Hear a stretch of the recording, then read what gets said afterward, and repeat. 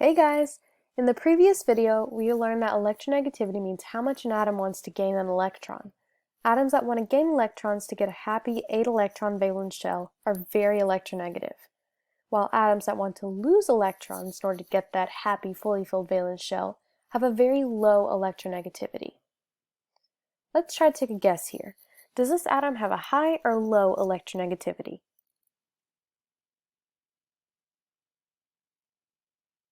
If you said low, then you're correct. This is a lithium atom, and it has one valence electron. So lithium really wants to lose that valence electron because then it'll have a happy, fully filled valence shell. And just to keep in mind, if it loses this electron, then it'll only have electrons in the first shell, and the first shell can only hold 2 electrons. Therefore, if lithium can manage to lose this electron, it'll be fully happy. What about this atom here? Does this atom have a high or low electronegativity?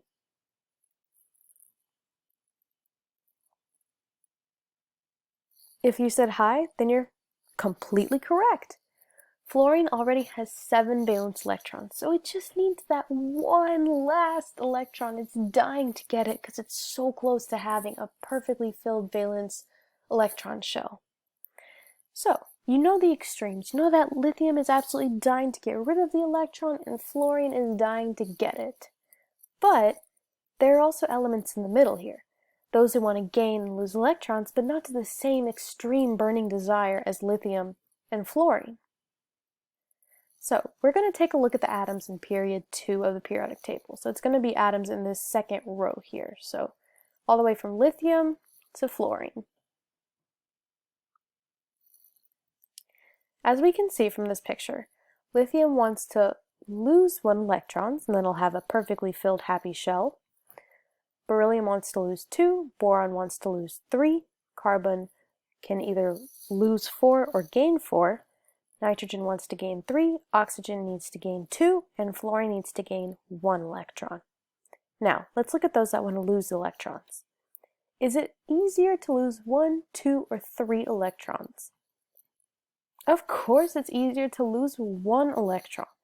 For that reason, lithium is dying to lose that electron because it's so easy. It doesn't have to hold on to it if it doesn't want to. And so lithium is not going to be electronegative at all. It does not want that electron under any circumstances. Now boron would also prefer to lose its electrons, but it's physically harder to give up 3 than 1. So relatively, boron does not want to give up the electrons as much as lithium wants to give up its 1 valence electron because it's simply harder to lose that many electrons. So boron could kind of live with its 3 electrons. So it's more electronegative than lithium because it can keep them around. This is really important to get. Electronegativity is a spectrum. So the blue side of the spectrum demonstrates atom with a low electronegativity, and the red side shows atoms that have a high electronegativity. Now let's take a look. Lithium, beryllium, and boron all have really low electronegativities. See how that's shown with a primarily blue color? Relatively though, lithium is the least electronegative, so it's going to be the most blue. And then beryllium is a little bit more electronegative, so it's going to have a little more reds, it's going to be tiny bit purple, and then boron is going to be more electronegative than both lithium and beryllium, so it's going to have more red, which is why you see this purple color. So, now let's take a look at the atoms that want to gain electrons. Do you think that nitrogen or fluorine is more electronegative? If you said fluorine, awesome job.